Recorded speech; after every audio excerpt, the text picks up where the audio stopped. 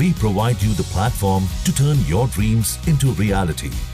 Give wings to your aspirations with KR Mangalam University.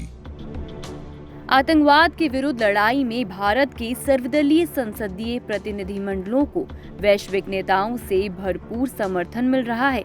इसी के साथ भारत के नेता पाकिस्तान को हर तरफ से बेनकाब कर रहे हैं। AIMIM प्रमुख और सांसद असदुद्दीन ओवैसी ने 26/11 हमले की बात करते हुए पाकिस्तान को खूब लताड़ा।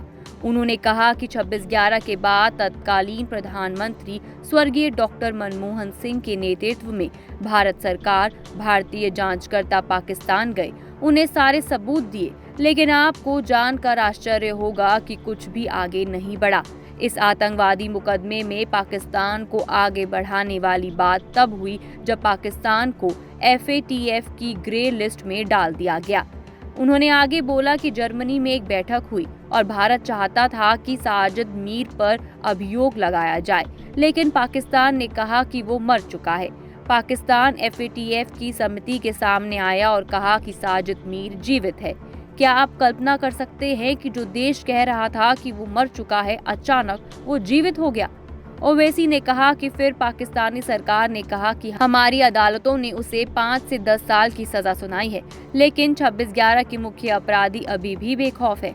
उन्हें आतंकवाद के लिए नहीं बल्कि मनी लॉन्ड्रिंग के लिए दोषी ठहराया गया था। आइए जानते हैं ओवैसी ने और क्या-क्या कहा।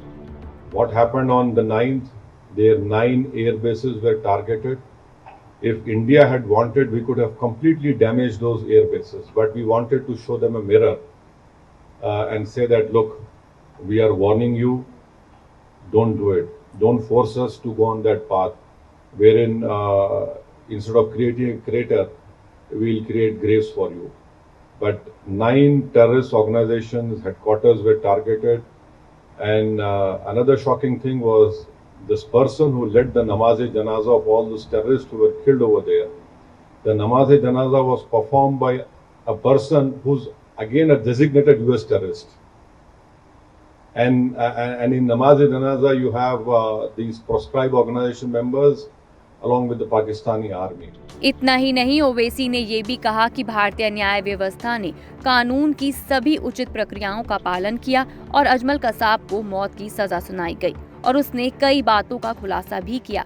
हमारी एजेंसियां उन ऑडियो वार्तालापों को रिकॉर्ड करने में सक्षम थी जिसमें पाकिस्तान में बैठे आतंकवादी समूह 5 सितारा होटलों में भारतीयों की हत्या करने वाले आतंकवादियों के साथ बात कर रहे थे और उन वार्तालापों में उन्हें स्पष्ट रूप से कहा गया था कि हिम्मत मत हारो, जितने भारतीयों को मार सकते हो मारो और तुम जन्नत जाओगे। ये वो बातचीत थी जो रिकॉर्ड की गई थी।